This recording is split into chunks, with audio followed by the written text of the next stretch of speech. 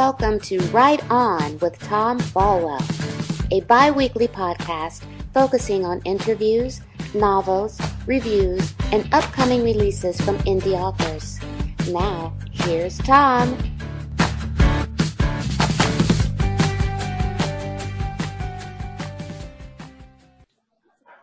I have with me today Daniel Peyton, who is our guest author for the show this week. And I want to introduce him to everyone and introduce you to his books. He is a fantasy author.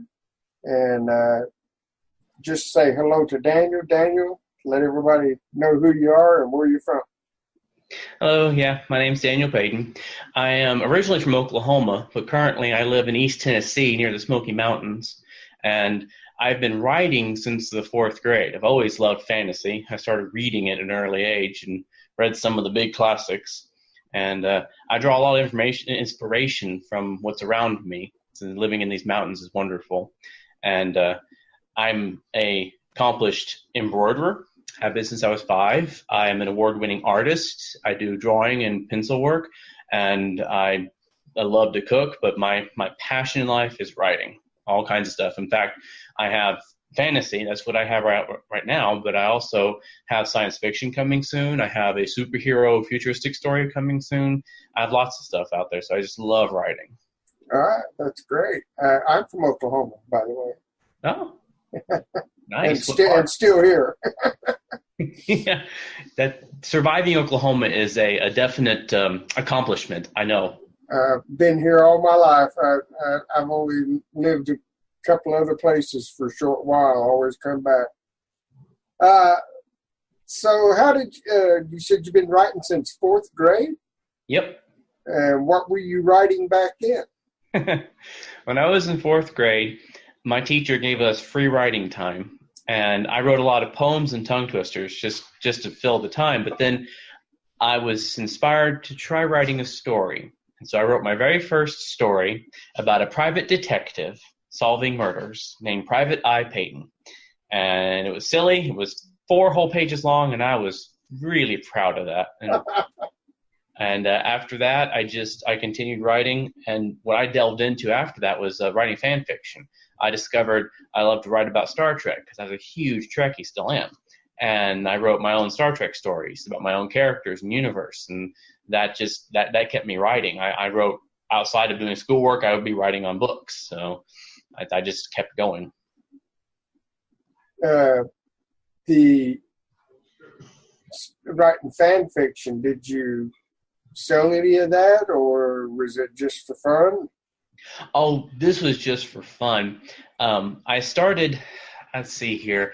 It was about the 7th grade that I started writing about my own Star Trek story, own characters, own part of the Star Trek universe, not about the main characters. And I would adopt in people I knew, kids in school that I knew. I'd put them in as characters, as different in different stories, and they loved it. And so I just kept writing. And being an entertainer, I love being on stage. That's something else. I've been on stage most of my life. When people want something, you keep giving it to them. So when kids were liking what I'm writing, I kept writing more. So you do acting too, huh? I've been acting, dancing, singing. In fact, I'm right now rehearsing to be in our church's living Christmas tree. I've been in stage musicals, stage plays. I play instruments. I'm a distinguished member of the Sigma Alpha Iota. It's a fraternity for music. So I stage, but that's what my publisher loves. Is unlike some authors who wanted to stay in their room and write, and they don't like to talk to people. Not me. I want to get out there. I love talking to people. I'm on and entertaining. I just love it. You sound like you got a well-rounded resume there for entertainment, and I bet your books are entertaining too. So you've got, I just wanted to touch on, you had a couple of books written a while back called The Winter Wizard and The Winter Wizard 2, Mysterious Magic. Just give us a little short synopsis of that. I found that kind of interesting. Well, The Winter Wizard 1 is about a pair of radio hosts that are traveling, and it's just after Christmas, and they come up here to East Tennessee where I'm at, and they visit Panther Creek Park. They're looking for a friend of theirs who is one of their guests on their show before, who lived in the area. And when they can't find him, they go to the park just to look around. Well, they discover something strange is happening, and they fall into a sinkhole. And in that sinkhole is a cave full of strange crystals that are all snowflakes, and they're magic. And then they discover this wizard who's living in the park in the ground, who is a winter wizard. And he happens to be this person they were looking for. And they unwittingly unleash a queen fairy of ice magic who has been trying to escape for millennia, and she starts to turn the world into one giant ice age. And the winter wizard, who has stopped her before, has to go and help and stop her, and so do the radio hosts. And then the sequel follows after that, and they end up going into the land of magic, into another realm, and the winter wizard is gone, and they're trying to find him. They're trying to rescue him, and a lot of crazy stuff happens in that story. Oh boy, you got pretty good imagination there. That sounds different than anything I think I've ever read. That story, the Winter Wizard stories, actually had been bubbling and simmering in my mind for almost 10 years now, because I wrote a short story 10 years ago, really short story, called The Winter Wizard. And I pulled that as inspiration to do this. And so I have been kind of cooking this one for a while. And now I see you have signed, I got to mention this because I think it's kind of cool. You've signed a book deal with Cosby Media Productions. And I was looking at that and discovered that they are actually related to Bill Cosby, which is pretty cool. So you got a talented family behind you there. You've got you said a 4-book deal, and I see 3 books. You got another one to come yet? Yeah, I said a 4-book deal. Since I wrote that little bio, it's actually expanded. The next book that's coming out is not part of my original series, which is The Legacy of Dragon Wand. The next book is tentatively called Bark, Chronicles of a Superhero. Now, we're going to work on the title. We're still finishing it, but it's actually a superhero story set in the future and about a man named Bark. And he's a man who gets mutated to be half dog and ends up joining a superhero team. And he's called Bark because in the mutation process, he loses his voice. He can't speak. Oh, my goodness. Bark. So that's what they call him. So that's that book, actually, since it's so long, they're going to split that one at least into 2 parts. So that's going to be at least 5 books. And they also picked up a novella that I've written on How a Robot Weeps. And it's a post-apocalyptic style book that is set in Oklahoma. And it's actually about a young girl who's defending the last stronghold of free humans, Tulsa. Oh, okay. It's an interesting story, but that one's going to be down the road. It's written, but you got to wait to get everything published. You don't do it all at once. Yeah, that's true. So why don't you tell us a little about this series, Legacy of Dragon Wand? Legacy of Dragon Wand actually started as a challenge. A few years ago, I had a friend of mine who had a very small publishing house. She was going to do a short story compilation, and she had the challenge of writing a high fantasy short story that's less than 10,000 words. And I thought, I'm going to take this and do it. I started it, and by the time I got to the 10,000 word mark, I was barely even into it. And so I set it aside. And then about a month later, it was November. And November for authors is National Novel Writing Month. You challenge yourself to write at least 50,000 words into a novel during the month of November.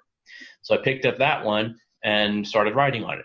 I got to the 50,000 word mark and I still wasn't done. So I just kept going and I just kept writing after November. And I finished the full series, the full book of Legacy of Dragon Wand by, I think, January. And then that, jump into the editing, all that. So quite a ways down before I was finished. And then when I brought it to my publisher, he was very interested in the book, and he said, okay, you said this is a series. When's the next one? I said, no, look at how big this is. And he said, oh, that's the whole book. It just needs to be split up.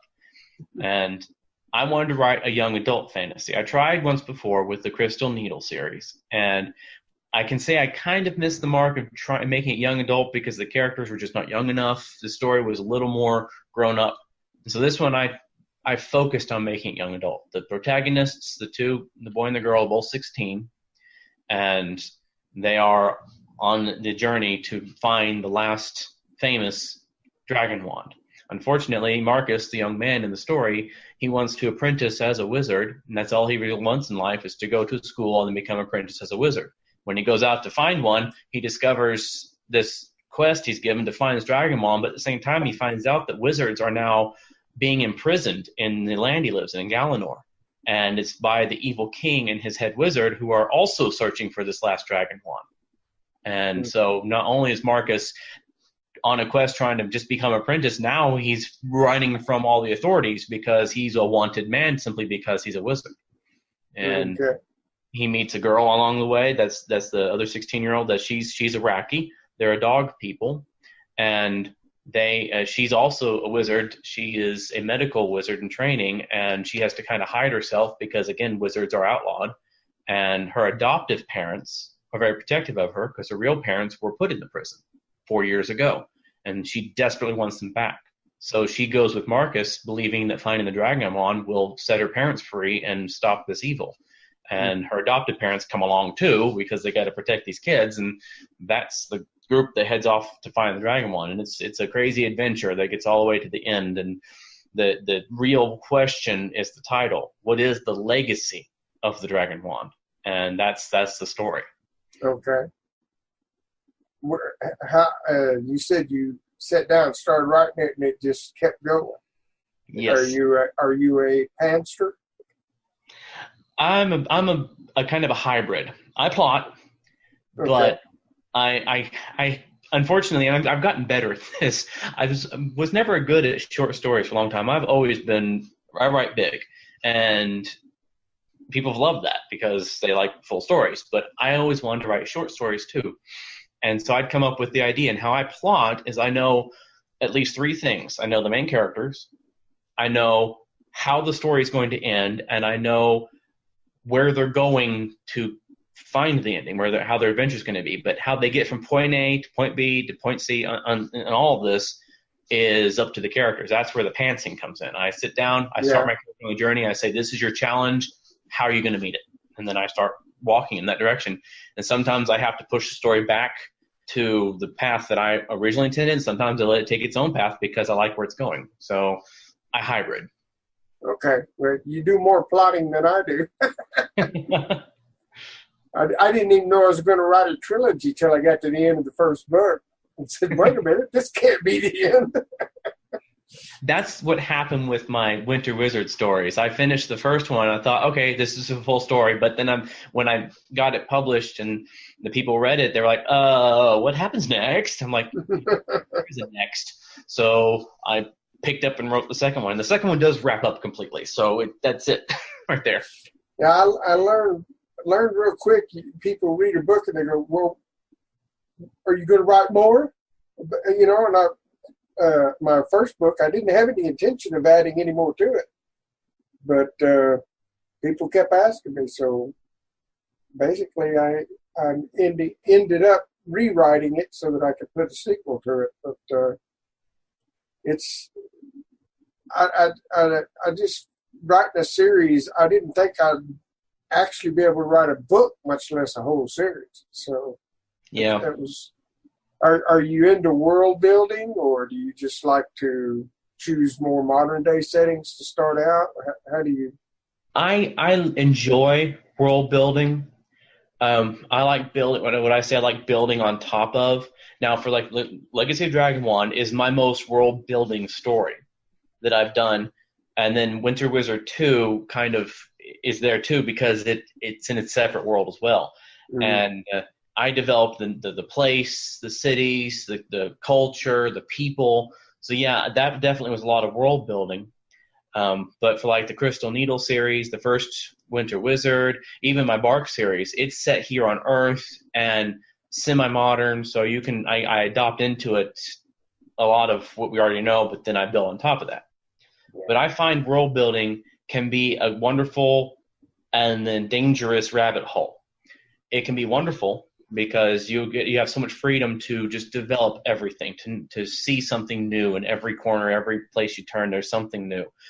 But there are authors, there are people out there that get so deep into world building that the reader's flipping pages going, okay, I don't need to know that much. I got this.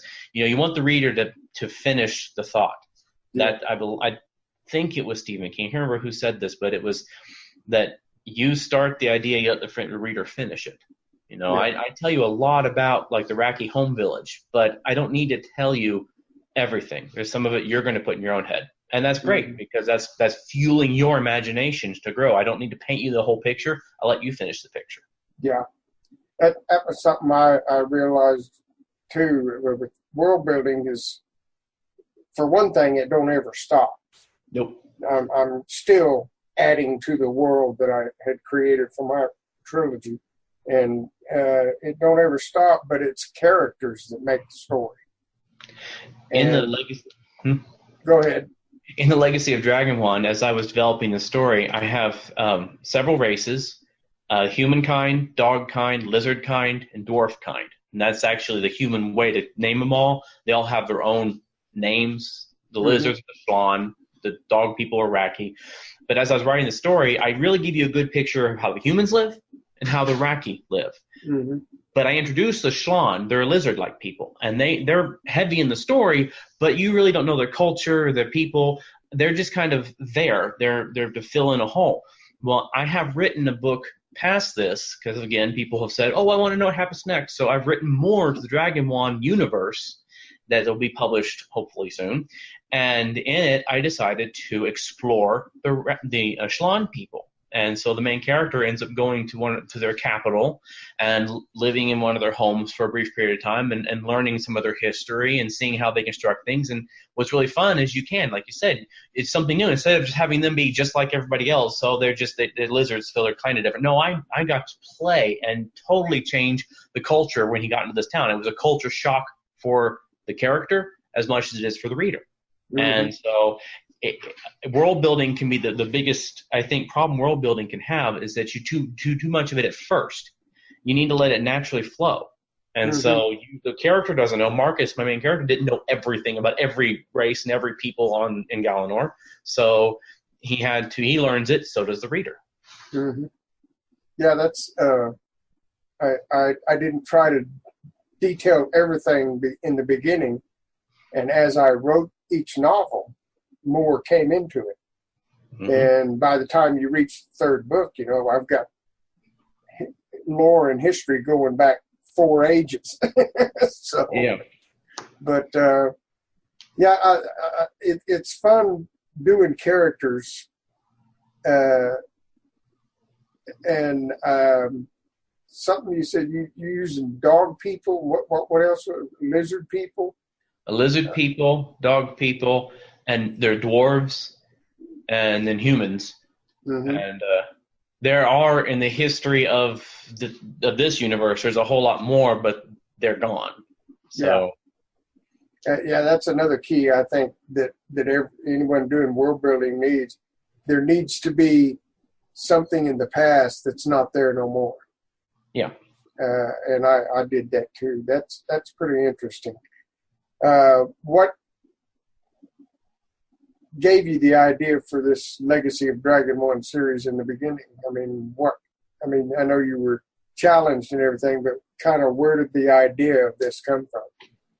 The idea actually came from a bubble wand. And I live near, yeah, I know. I live near Dollywood in East Tennessee, and we frequently go there. And during certain times of the year, they have arts and crafts festivals where they bring in local craftsmen. And there was one who happened to be from my hometown, but he was there, who makes artistic bubble wands. And he uses metal to shape the metal and solder it together to do different shapes and designs. And while we were there, I saw one that just fascinated me. It was a moon shape on top, and where the tips of this crescent moon meet was a marble.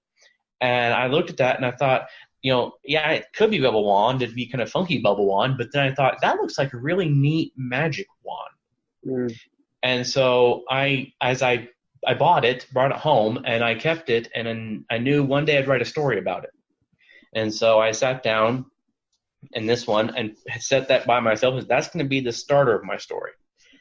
And now that's not the dragon wand, but when Marcus starts his journey and meets that one wizard who gives him the quest to find the dragon wand, he also gives Marcus a wand. And in Galanor, wands can only be held and used by the person who owns it. Anybody else literally can't touch it. Their fingers go through it like it's not there. So to get a wand is extremely rare, unique, and makes a person a wizard. So this kid who wants to become a wizard is being given a very powerful wand. And that's what starts the story, is this one. And that wand actually plays a key role later in it to uncovering some truth about the dragon wand. That's pretty cool. Do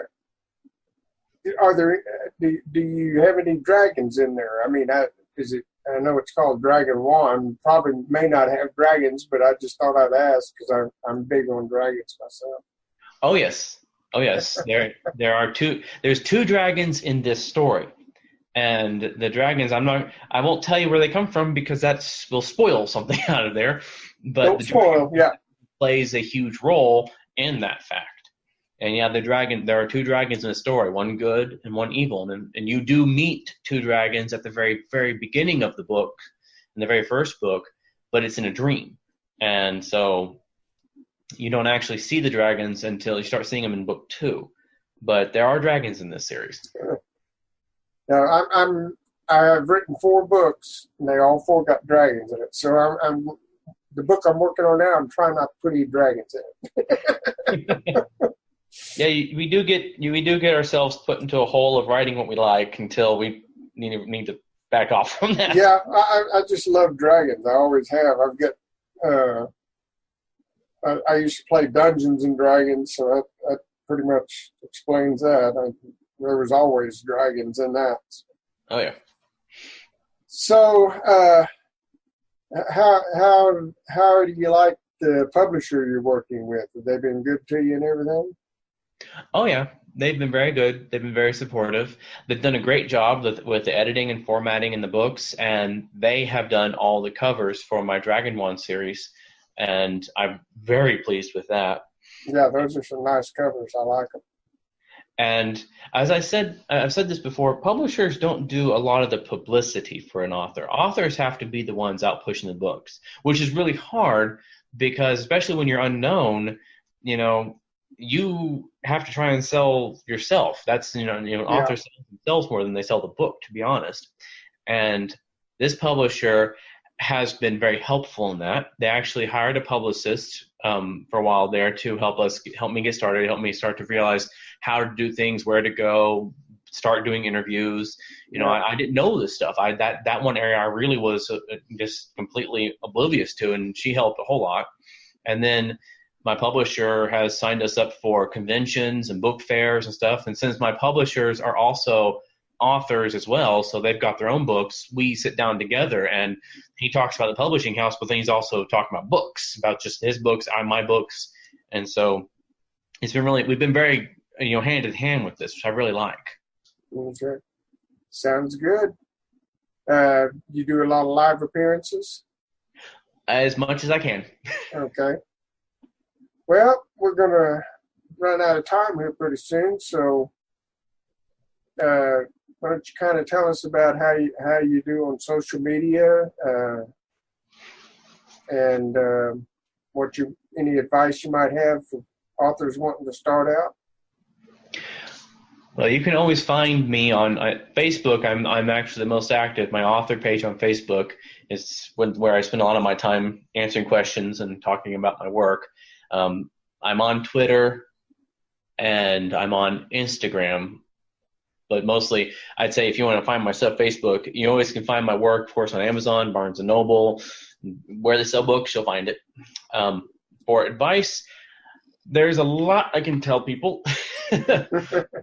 What I will say to new authors, anybody getting into publishing, is be critical.